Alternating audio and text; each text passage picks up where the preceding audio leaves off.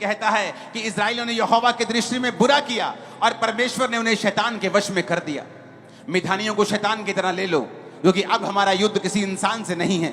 आज जब एक व्यक्ति प्रभु से दूर होता है, आज जब एक व्यक्ति परमेश्वर को देख नहीं पाता, क्योंकि धर्म का चश्मा लगा लेता है, जात का चश्मा लगा लेता है, उसे फिर परमेश्वर दिख नहीं सकता।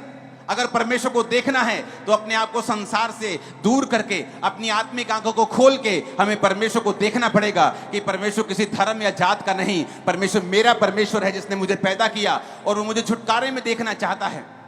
बाइबल कहती है जब इस्राएलियों ने परमेश्वर की दृष्टि में बुरा किया तो उसने उन्हें मिधानियों के वश में कर दिया और वो उनके बीजों के ऊपर हमला करने लगा।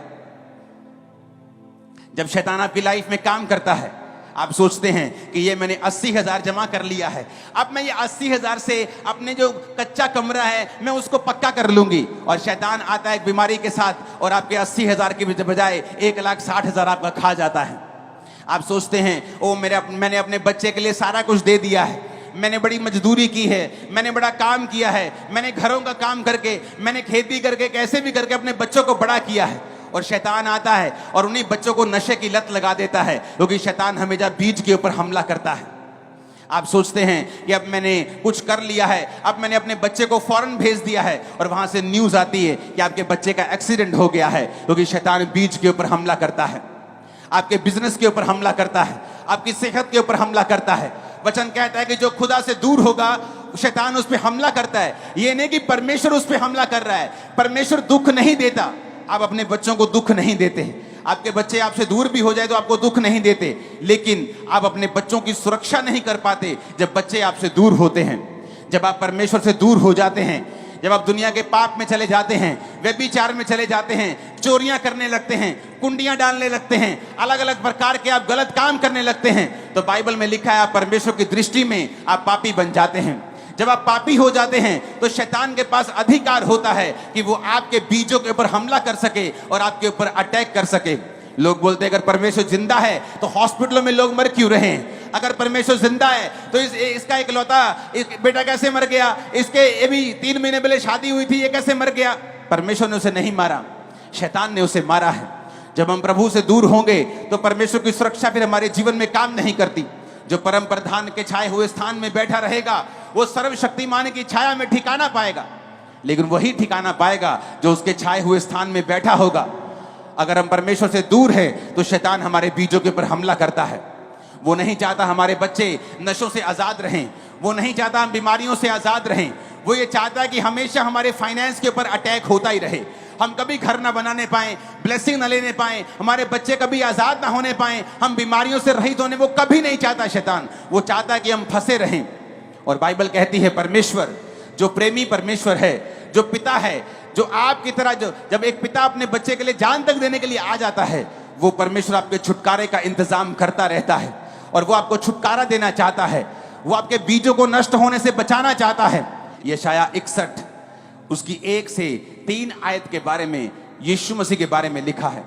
वो प्रेमी परमेश्वर है, वो पुराने समय में भी प्रेमी परमेश्वर था, वो 1500 साल यीशु मसीह के जन्म के पहले भी प्रेमी था, यीशु मसीह के जन्म के बाद भी वो प्रेमी परमेश्वर है। बाइबल कहती है यीशु मसीह के बारे में, यशाया 61 उसकी 1 से 3 आयत, यशाया की पुस्तक जो यीशु मसीह के जन्म के 700 साल पहले लिखी गई, उस नबी ने परमेश्वर के बारे में लिखा। उसने कहा प्रभु यहोवा का आत्मा मुझ पे है, क्योंकि यहोवा ने सुसमाचार सुनाने के लिए मेरा अभिषेक किया। मुझे इसलिए भेजा कि मैं खेदित मन के लोगों को शांति दूं, बंदियों के लिए स्वतंत्रता का और कैदियों के लिए छुटकारे का प्रचार करूं। प्रभु यीशु मसीह ने कहा जिस समय इजरायली दुहाई देते थे और वो राजा की बड़ी कैद में थे, दुखों में थे, जकड़न में थे, बॉन्डेज में थे, पेनफुल बॉन्डेज, एक ऐसा बंधन जो दर्दनाक है, तो परमेश्वर ने कहा मैंने मूसा को भेजा था। जब मिधानियों के वश में तुम पड़ गए और तुम्हारे बीजों को नाश किया जाने लगा तो मैंने गिदोन को भेजा था। लेकिन वचन कहता है कि अंत के दिनों में वो सिर्फ इजरायलियों के छुटकारे के लिए काम नहीं करेगा, वो पूरे जगत के छुटकारे के लिए काम करेगा।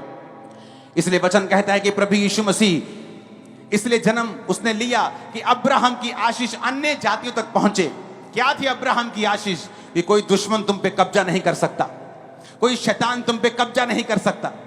तुम परमेश्वर के लोग होंगे, तुम सर्वप्रथम होगे, तुम सिर होगे, तुम पूंछ नहीं होगे।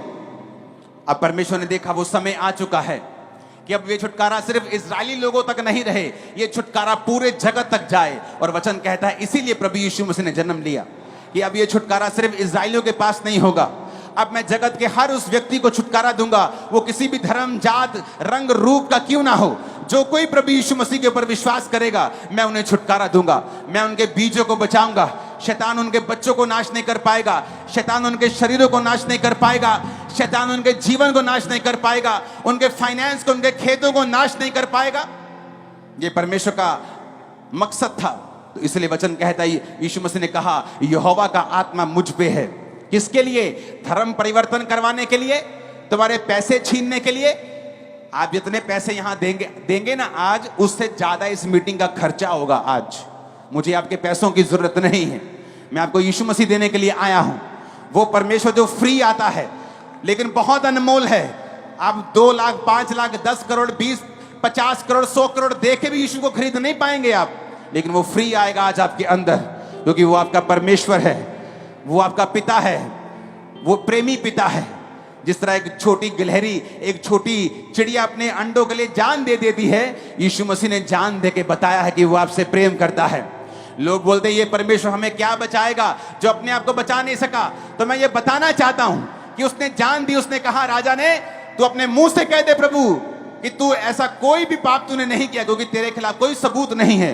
जीसस ने कहा मैं अपनी मर्जी से अपने आप को तेरे हाथों में सौंपता हूं और तीसरे दिन अपनी मर्जी से अपनी जान को वापस लेकर जी उठूंगा। और वचन कहता है वो तीसरे दिन मुर्दों में से जी उठा। आज यीशु को क्रूस पर देखना बंद कर दीजिए, वो क्रूस पे नहीं है, वो पिता के दाहिने हाथ स्वर्ग में है। अगर आत्मिक आंखों से देखोगे, वो स्वर्ग खुला हुआ देखोगे और जीसस को पिता के दाहिने हाथ बैठा हुआ देखोगे। वो सर्वशक्तिमान परमेश्वर क्रूस पे मरा हुआ परमेश्वर नहीं है, वो जिंदा परमेश्वर जो आज लंगड़ों को चलाएगा और अंधों को आंखें देगा। Church, hallelujah.